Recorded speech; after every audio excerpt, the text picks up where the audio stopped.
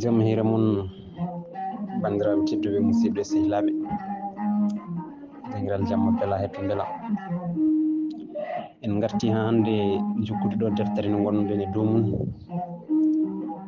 wiyetende Pulareeje dartiyankoji dartol fulɓe, nde windi ɗum professeur Seydou Kane Moustapha Booli. koye ɗum paaden so Allah jaaɓi. Joni noon eɗen ngara ɗo e ɗiɗo kongi, gila e jeeri Fuuta, jarale Sidi Amil, jaggi e lamɗo Galambo ha Jaabi Jara. Ngol ɗo konngol ina heewi hutorede e daari tengti noon e daarol Hammadi Manna. Ma cilen ngol cifoɗen hen gueɗel fof nde jawten e mana mo konngol ngol rondi. Goo, jeeri Fuuta. Jeeri Fuuta ko diwan rewo Asaba hayre ngal nawruɗo Tagante hono jehe Guéné, e rewo hoɗ hirnangue hono Termes, e rewo hoɗ funnangue hono Biiru Bafa. Hakkunde jeeri Fuuta ko diwan Bumbeyde, Tamseket e Tifit.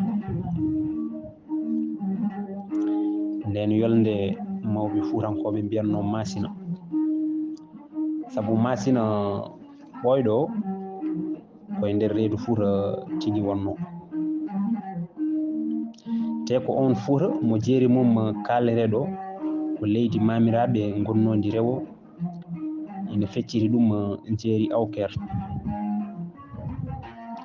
Ko on Fuuta ganni innira Fuutaji keesi naneteɗi hannde ɗi: Fuuta Toro, Fuuta Jalon, Fuuta Liɓotako, woni Fuuta Masina mo Mali.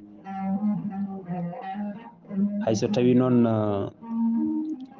Fuuta gadano gonnoɗo rewo funnague rewo Murtani hannde o innira kañum e hoore mum ko Fuuta goɗɗo mo yimɓe cikkata ko hakkunde Maroc e Mauritanie e Algérie wonno, walla hakkunde Soudan e Éthiopie e Somalie Firawuna en laaminoɓe Misira gaddi pinal e windere, mbi ko leydi mbiyetendi Fuut walla Funt walla Put walla Punt walla Fata walla Pata wonno leydi mamiraɓe mabɓe. Ɗemɗiyanke fof noon ina faama lomtodiral alkule hakkunde Pa e Fa. Ko ɗum waɗi konngol Put e konngol Fuut ko gotum, te kanji fof ɗi cifoto ko leydi gotiri. So tawi ko noon wona fulɓe tan kerori konngol Fuut ngol, eɓe ndendi ngol e leƴƴi goɗɗi tengti noon e Égypte naɓe walla Misiriyankoɓe. Eɗen gandi hannde saabu fayida gonɗo e pinal Firawuna en, leƴƴi fof inana poɗono jiidude e Misiriyankoɓe. Kibaru so tawi ɓen e koye mumen ina poɗono yaltude e Fuuta.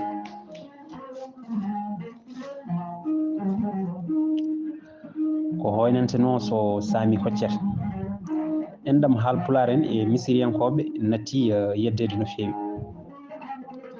Ñande kala ma wood ko yiita ko ina labbitina enɗam hakkunde leƴƴi Misira e leƴƴi ɓaleɓe e Berbere en gonɗi Afrique.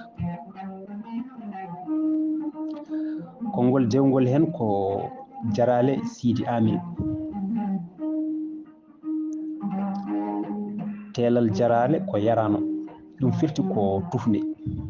Yarano hono tufde, kewal mum woni jarale hono tufde. Jarale Sidi Amil firti e famamuyo labtuɗo ko jeyi Sidi Amil.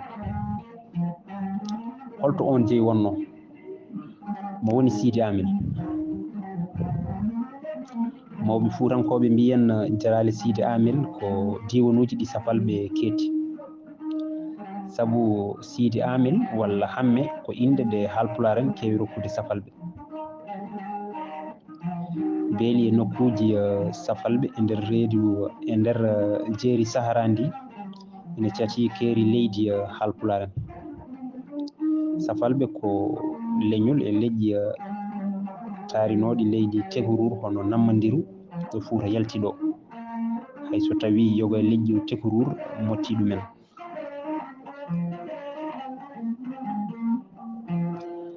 Konngol dewngol hen ko laamɗo galambo. Leñol gongol ina sati leydi Tekurur hono Sarankulleɓe ɓe Haalpulaar en keewi innirde seɓɓe alamɓe. Laamɗo leydi mbiyetendi ngalam ɗo kanŋe mbiyeteɗo kanŋe ngalam itteteno e ceene maayo mawngo. Ngalam noon ko diwan tan e diwanuji Sarankulleɓe timno e sahaa nde jomandu Tekurur wonno. So en paami haa ɗo, leydi ndi taari ɗum ko Jarali Sidi Amin, laamɗo galambo, laamɗo jeyaɗo leydi ngalam. Ko leydi kadi ndi jeeri mum hetti ɗum, ndi jeeri Fuuta hetti ɗum rewo. Hayso tawi jeeri Fuuta ndi koye mum jeya. Konngol dewngol hen ko jaaɓi jaara.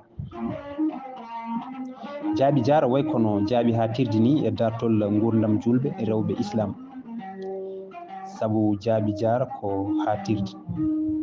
Jaara ko wuro mawngo hannde leydi Mali sara Nioro hakkunde mum e Turugumme leydi Jawrankoɓe yaltuɓe Mamoudou Dama Guille. Jaara ko wuro mawngo wonno ngo laamorgo lamɓe Tekurur wiyetenoɓe Manna. Temedde 986 haa ujunere e 300 hitande caggal Annabi Isa.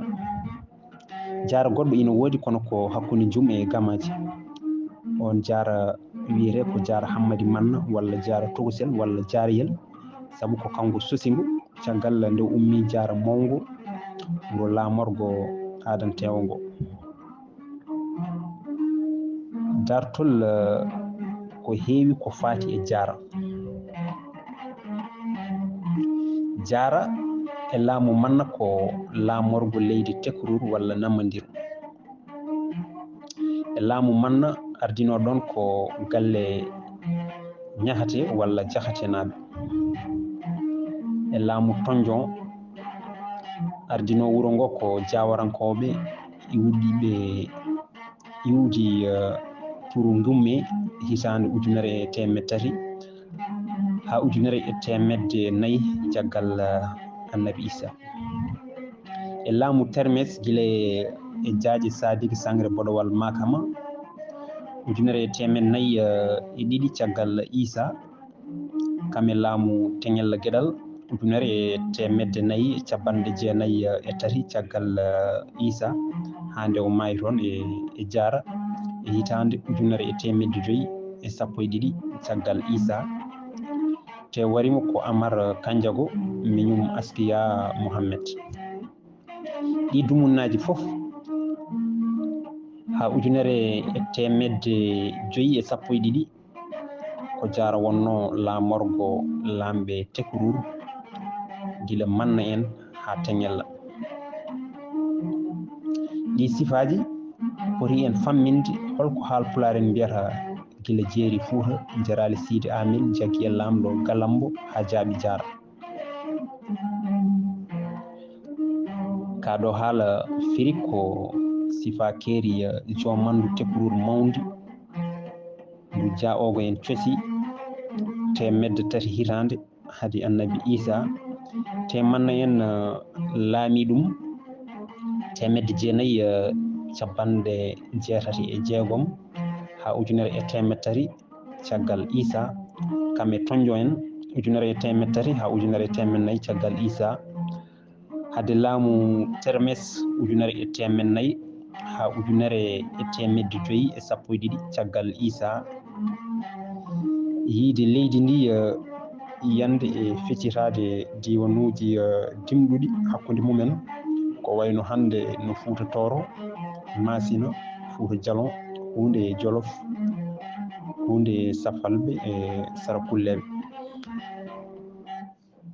joni noon eɗen kaala kongi kewɗi pewtuɗi e manna walla e laamu manna.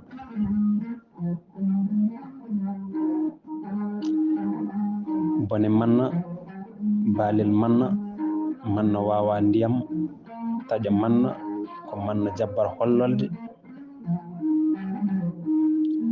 luggere manna, ngesa manna, fayre manna, mande, holto kuyam naati, koye naati e dundu, sa yiɗi manede ƴeftu manna ma. ɗiɗo kongi wonko ɗi jiidi wonko ɗi ceerti, ko helmere manna ɗi ndendi. en puɗɗima yiide manna ko woni. en mbi manna ko lefol laamu gardinongu jomandu tekkorur walla namadiru mo fuuto men o wonno tan goto e diwnuji gonɗi e nder mum. en mbi manna en laamima namadiru gila 1986 ha 1300 hitande caggal annabi Isa.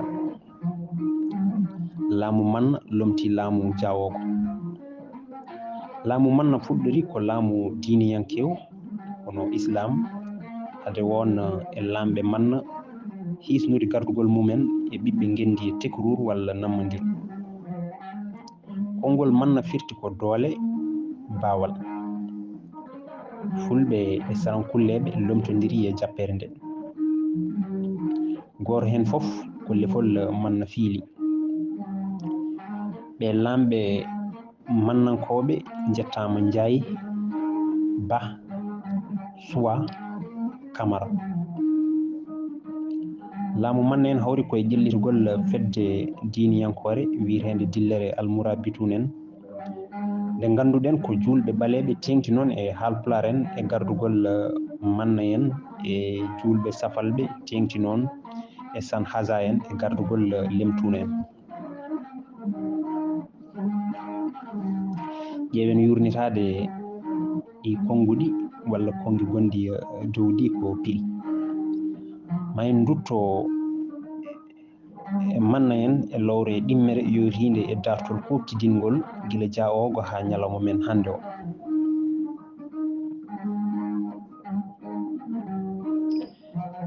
garen konngol garwaniwol ngol hono bone manna. yimɓe en keewi wiide gitteɗo o bone manna, way kono kurjuru walla gueɗe goɗɗe ɗe pewani e wuuro e kala bonandeji ina heewi wiyede bone manna. holi bone ɗe manna wanno ha kala ko fewani yimɓe artire e bone manna. ina wayno konngol ngol heddima kono lowdi maggol waylima ko ɓooyi. en mbi manna ko laamu gardinongu tekkorur walla namadiru ko juuti ko foti no temedere eko rewi hitande. ina hen lamɓe moƴƴinɓe waɓe no Warjabi Njaay en, kono ina waɗi kadi lamɓe woɗɓe bonanɓe yimɓe no Moussa Manna, Kuya Hammadi Manna. fuurankoɓe ne teski gurdam Kuya Hammadi Manna. Hammadi Manna ko lamɗo mawɗo wonno, ko pewnunoɗo gurdam makko. yonto makko ko yonta nemaji, kono tan inde makko saabu ɗum mawnude e bonandeji ɓi ko Kuya no kewiri addani yimɓe faytude laamu Hammadi, laamu welamma e nema, e laamu Kuya, laamu bewre e kaali. haalpular en ina teski ko jogori ko arde hono ceerno jibinta lamɗo jibina kefeero, ko ɗum hefti hunde e mannankoɓe. Warjabi ko ceerno, tani ko mat ko lamɗo, ɓiyu Hammadi ko lamɗo kuɓɓuɗo bewɗo, ko ɓi Hammadi o hono Kuya kañum ko kefeero. nde Hammadi Manna ari Fuuta ina ummori Diara hedde Nioro o fewni wuro ngo inniri Diara Togosel Diarayel walla Diara Hammadi Manna hakkunde Njum e Gamaji o resi ɗo Waha ɗo Waha woni wuro jibingo Mboyo e gure goɗɗe ɗi lamɗo wuro ngo o felliti joɗade e reedu Fuuta ɗo Toro ɗo ko ɗum addinimo sosde wuro ngo o inniri ngo Diara lamorgo Tekkouru walla Namadiru ɗo jibinaɗo eɗo bammakko laamiɗo haynde o lomti on e jappere o felliti wadde hakkunde Diaraji ɗiɗi ɗi ko ya garta caggal ɗum dillere mawde waɗi funnaki Diawarankoɓe mbi ina kefta laamu to Diara mawgo hedde Nioro Hammadi Manna e kono mum ndirani toon o fooliɓe kono o felliti joɗorade toon o wartani Fuuta o lomtini ɗo Diara Togosel walla ɗo Diarayel ɗo ko ɓiyi ko biyeteɗo Kuya Hammadi Manna nde Kuya ƴefti laamu tan fuɗɗi addande yimɓe caɗele o watti wiide yo yimɓe sagataɓe wuro Touro o waɗɗo ɗumen o watti so omo ɗanno wuro e wuro o waɗane bilan o waɗɗoɓe e ngo wuro haɓe jetto wuro wongo nde waali wuro en ɓe o tawi ɗon ɓe lomto ɓe o waɗɗinnoɓe noon haw yettoɗo fayɗo ɗum ko seeɗa e golle makko kese makko kadi tiɗɗe makko haalete so mo ɗano koye dow danki o leloto tawa ko sagataɓe nayo tambi ɗum ha weeta nde wonɓe ƴefta ko ngu laamu kiisngu ɗi bammakko cawdiɗo biyeteɗo Manna ilo ñaabina woyti o haaɓi mum on Manna ilo ñaabina ummi Diara Hammadi Manna hucci Burgu Duuna koye wi ɗum yo renton ngesa laamorba gandiraba ngesa Manna ban ngesa noon ina wonno guilay laamu madda Manna ba mum Hammadi Manna kono tan e laamu Kuya wona ko yimɓe Fuuta mbatti wiyede yo mbat ko yo ngesa baruuji hannde aawe hannde reme hannde hiwe hannde soñe hannde ɗum ɗo noon ko haala tan rewi ɗo ngam hollidde no Kuya wano hiisde laamu Allah ko moƴƴo Kuya juurani balɗe ma en gartu hen gila nden Fuutankoɓe mbi Allah holli min bone Manna walla ittuɗo ɗeɗo bone Manna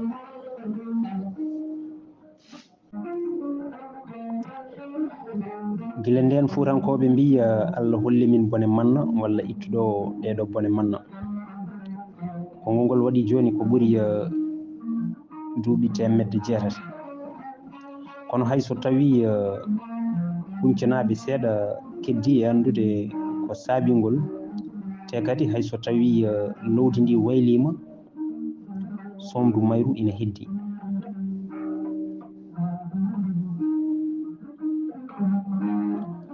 konngol dewngol hen woy Manna yo Manna wawa ndiyam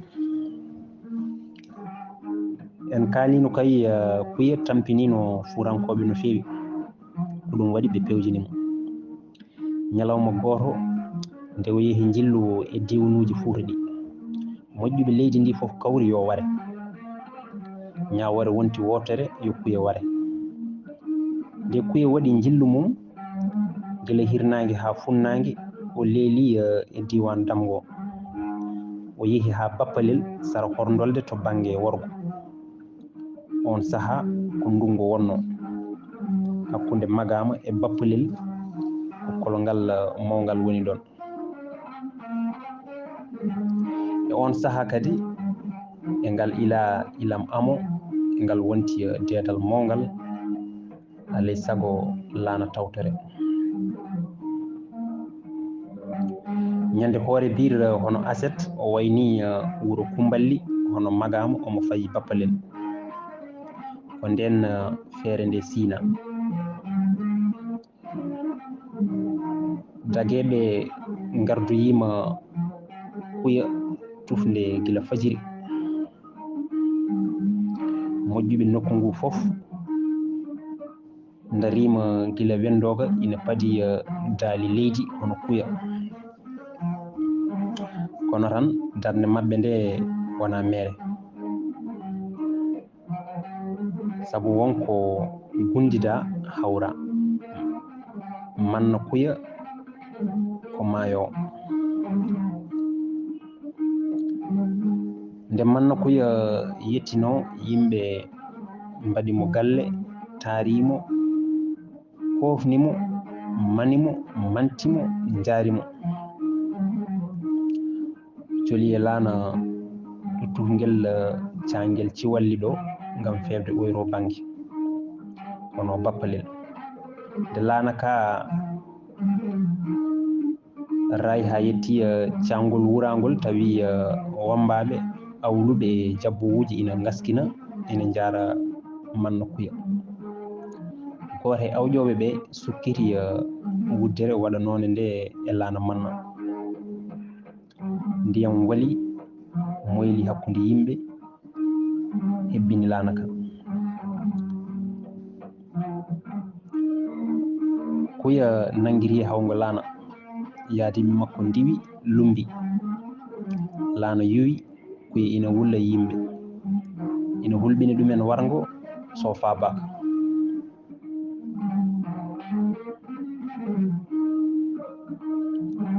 laana wuuri muhi, kuya woni e yoolade. nde wonno o wawa ndiyam, awƴannoɓe gonti yooloɓe. ɓe godditi kuya hoto naworde ɓe, ɓe taarimo, ɓe kadimo etade lumbade. kuya ina wulla, kamɓene eɓe gulla, ɓe jaadine mum, ɓe mbaɗa daade gueloɗe ngam hurde gulali mum ɗi. ɓe jima woy manna yo manna wawa ndiyam, ha manna kuya yooli. ɗo manna yooli ɗo watti wiyede luggere manna. nokku ngu woni ko hirnangue ɓaƴƴo rewo magama e cangol wurangol. gila nden ɗum waɗi joni ko ɓuuri duuɓi 600 sukaɓe ina ɓufto e maayo e diwanuji Fuuta ɗi foof, eɓe biccodiri ndiyam, eɓe jima woye manna yo manna wawa ndiyam. ko kuya manna wonno on lamɗo bonɗo mo Fuutankoɓe jobri ñamande mum.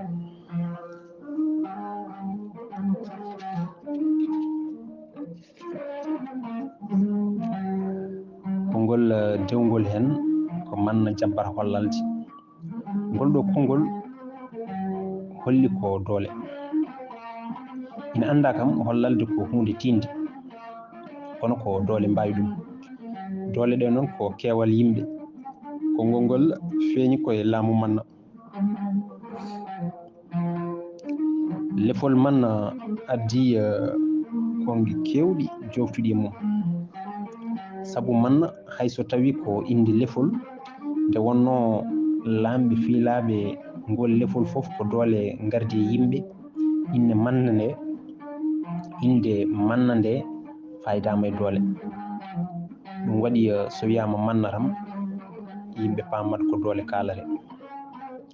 laamu manna noon, sabu doole ɗe o laamuriɗe battinɗe e yimɓe nammadiru leƴƴi kewɗi jaltuɗi e ndin gendi ɓoyndi, ne kewi hutorade konngol manna ngam sifade ko waɗi doole. ko ɗum waɗi so wiyama ko manna jabbar hollalde, sikki ala iwde ngol ɗo konngol ina weeɓi famde. en kaalino haala ngesa manna, mba ngesa en mbiyino ko burgaduna dow ñaabine e bagudin ebo wonno e ndino kadi ebo reme hannde soñe hannde. eɗen nganndi kam gawri jaɓani ɗum, kono tan e ɗum woodi. manna jolata waalo ma jabbata jeeri ko nde yimɓe naatani coñal. ka haala ko waɗi mawɓe fuurankoɓe mbiyen ɗum ɗo so coñal yonti jaaga refeɓe manna dokkaɗo yamirore yo yimɓe nadda e guese coñeteɗe ɗe fof ɓe cupto toon cammeje walla burhali ɓurɗi moƴƴude e ɓuttidde ɓe gadda. tawa noon sammere walla wurandu hen fof ina wondi e gombal mum, ɓe ñiiɓa e guesa manna. so ñalawma puɗɗugol coñal yamirama, manna koɗɗo e degle joɗaniɗo ɗon manna piilaɗo daali leydi ndi ko wayno manna ilo ñaabina arda e batu mum guesa ba soñe. ngu batu kiisngu woodi e Fuuta e jamanu manna, ko ndi teddendi addani fuutankoɓe laaɓede ko manna jabbat hollalde. wonti hankkadi so yimɓe jii ko waɗa tawa ko Dewle noddi hono Dewle laamu e on saaha ɓe mbiya ko manna jabbat hollalde. caggal ɗum konngol ngol rondima sifaji kewɗi. ina jeeya hen siforade ndewago ngu sagataɓe jiiɗi e debbo ko ina addanaɓe remande ɗum walla gollande ɗum goɗɗum. saabu manna wonɗo firata caggal debbo. ma en gartu hen so eɗen cifo konngol taƴa manna sifaɗo caggal debbo wiyete manna ina wonta hen sahaji mallol. kono jimiri mbaɗandi e Fuuta manna gaysiri kibbal ɗum firti ko dote gaysiri kibbal. on gaysiri noon ko joom caggal timmungal joguino. eɗen gara e ngol ɗo konngol baalel manna. kala piƴƴo e Fuuta walla mawnude e teeru tawat ko galle mumen humpinani ɗum jattiji fuutankoɓe tawat ina andi ko woni baalel manna. baalel manna wonko firno hanki won kadi ko firi hannde. e sifa hannde o baalel manna ko garwol walla ɓoggol bangol piɓe takkodirɗe jokkodirɗe tawa hen gotol so worsirama keddiɗe fof ina pipto. suhaɓe ina pijira ɗum gam hollude ñeeñal. konngol ngol watti firde kala ko waɗi tawa ina wawi addude gueɗe goɗɗe ɗe cikka. sifa hanki o baalel manna ko mbaalu tigui wonno. mbaalu ngu waddete koye baali waali wuuro en e ngu jangguine folde e wadde gaturleje goɗɗe. baali wuuro ngo fof ndewa hen gam so guri baali hono ƴaro waɗama ɗi jaadina e baalel manna. ñande guri baali wuuro fof ɓufte cinque ndewne e baalel manna. on ñalawma manna jooɗoto e jappere mum batu mum ara agaɓe ƴaro baali ɗi ndewa e baalel manna ɗo ngel naari fof ɗi naata ɗon. alay saago ɗi ndewa hen noon ɗi nehira. so hen goto seeli lawol joom maggo holle lawol. ɗum ne waɗi koye laamu Moussa Manna ɓi Hammadi Manna. ndu bewru acca ko ɓooyi saabu Hammadi Manna ƴeftini ɗum kuugal kono tan anni yimɓe haysoko seeɗa. konngol dewgol hen ko cabotel Hammadi Manna. nde Manna en laami nammadiru ɓe laamori ɗum ko diine islam. Manna en adiɓe ɓe pewnino kono wattindiɓe ɓe cattini laamu ngu ha wontani laamaɓe ɓe teddendi. nde laamu Manna tafa wonno ko laamu julɓe taƴiɓe heefereɓe julɓe hewɓe ɓe gona ɓe jimadi mayri jaaɓi jokkodirde e manna en gam yilade ballal no ɓe tajiri ɓoggi jimadi laamu ganna saabu keefu riɗngu pawdi julɓe kuugal.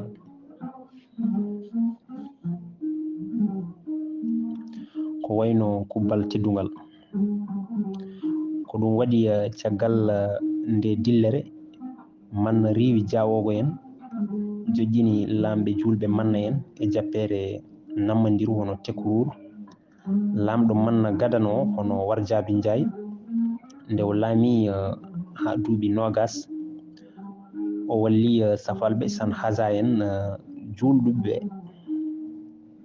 o sosdi e mabɓe fedde almura bitunen e hitande ujunere e capanɗe 4 caggal annabi Isa. Nde fedde nde ummi e gardugol Ibrahima al-Goddali mo Yaya bun Umar e Aboubacry bun Umar lomti.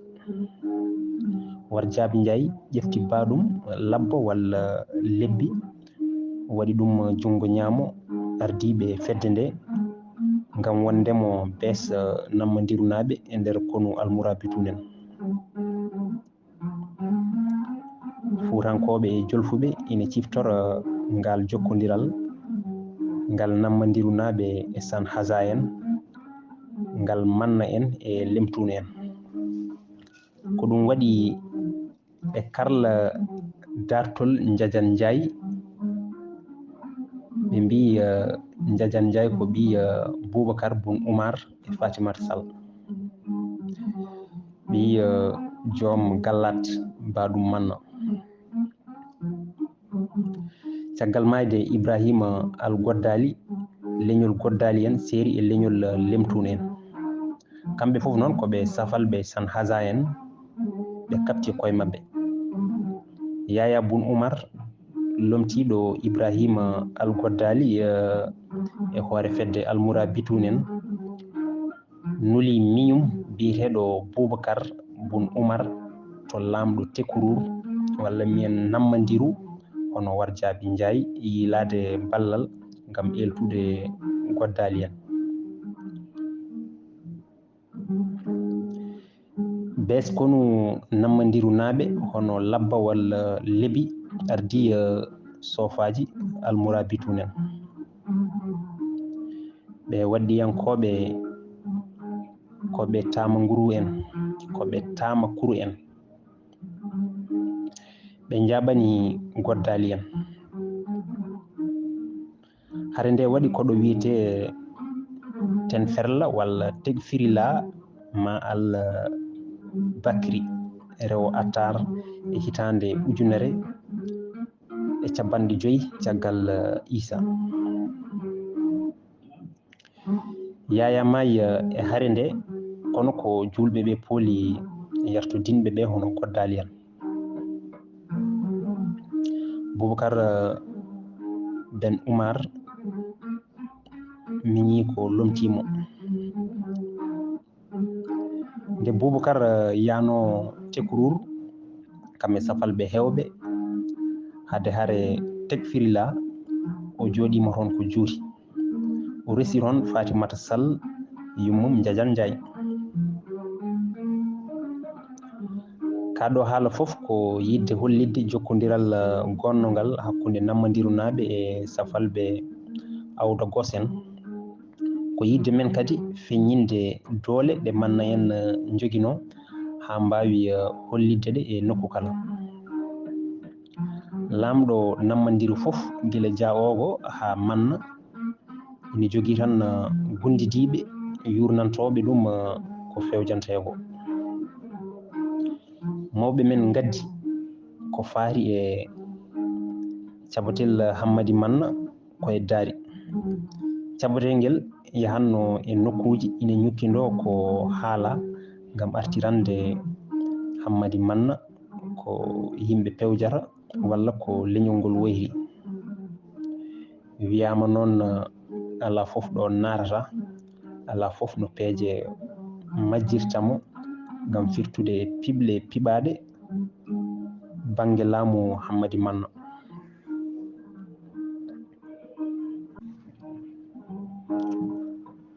Holto kuyam naati kuy naari e dundu ene jeeya e pijirloji fuurankoɓe hannde ko faati hutorade ngol ɗo konngol e ngol hollita tan fuurankoɓe jejjitani kuy Hammadi Manno.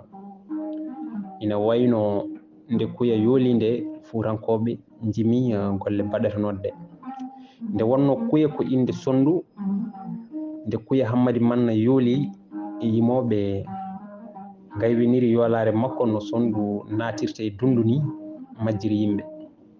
Konngol ngol ina rondi nimsa sabu mawɓe e woɗɓe mbiyi en ko yummum kuy yimanno jimol ngol nde teldi e hoore mum. Konngol dewngol hen ko taƴa manna. Anduɓe darti fuuta mbiyen ko manna yañi natgol suudu. hade ɓe arde e laamu yimɓe ko accanoɓe e sagoji mumen belaɗo haddina mettaɗo woppa. kono no handi ni e falde men nde yeru jolfuɓe ko worɓe tan e kuuɓal duhorono sabu gorago timmirtino koye duhugol ɗum nawrano rewɓe. kono nde manna laamino nde duhade haddade wonti ko alay sago juɓɓudi kaddungal e duhugol heddi kono hankadi ala solimo goppaɗo. manna en mbi duhugol e kaddungal koye diine jeeya ɗum noon ko diine yami yo waɗe hayso noon tawi leƴƴi men kañumen gaddi duhungal e kaddungal e leƴƴi arabeɓe e yahuden e yonta annabi Ibrahima 1450 hade annabi Isa.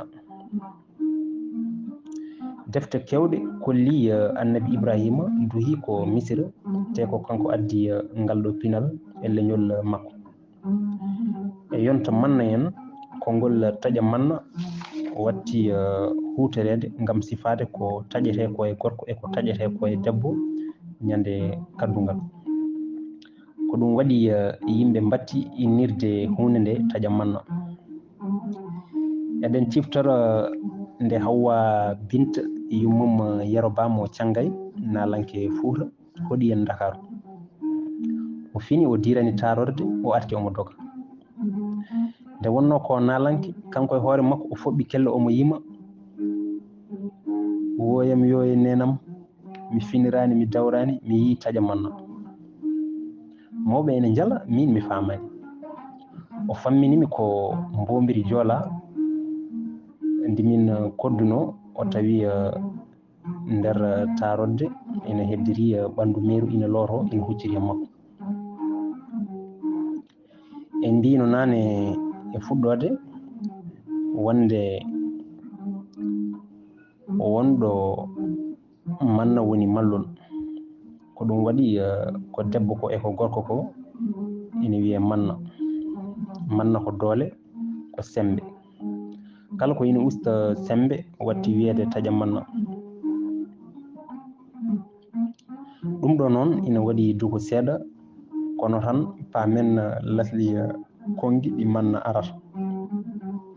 dartiyanke fof ina faama ɗo dumunna nde konngol ngol feeñi hayso watti yaññede ngam sifade goɗɗum. konngol dewngol hen sa yiɗi manede ƴettu manna ma. addani en addude ngol ɗo konngol ko wawlandu wondu hendu kono konngol ngol sifima hoore mum. manna annuminama no doole ni ƴeftu manna ma fitti ko ƴeftu doole ma. ina hasi sa fawi doloma e doole ma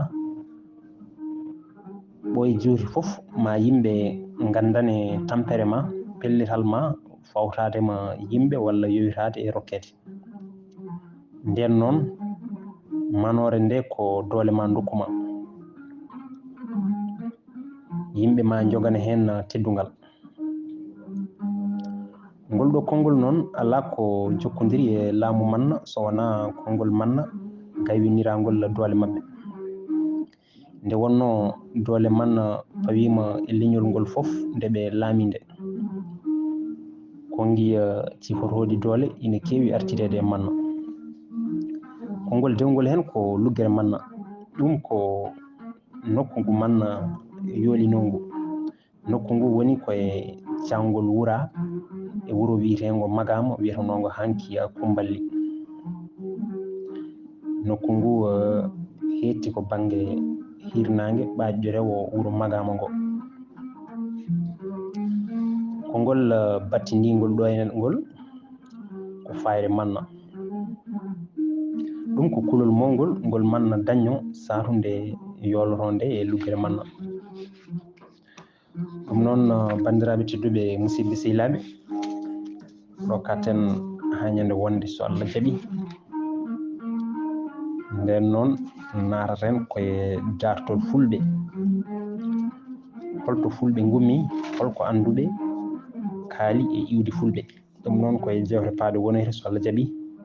Allah jarama on jarama.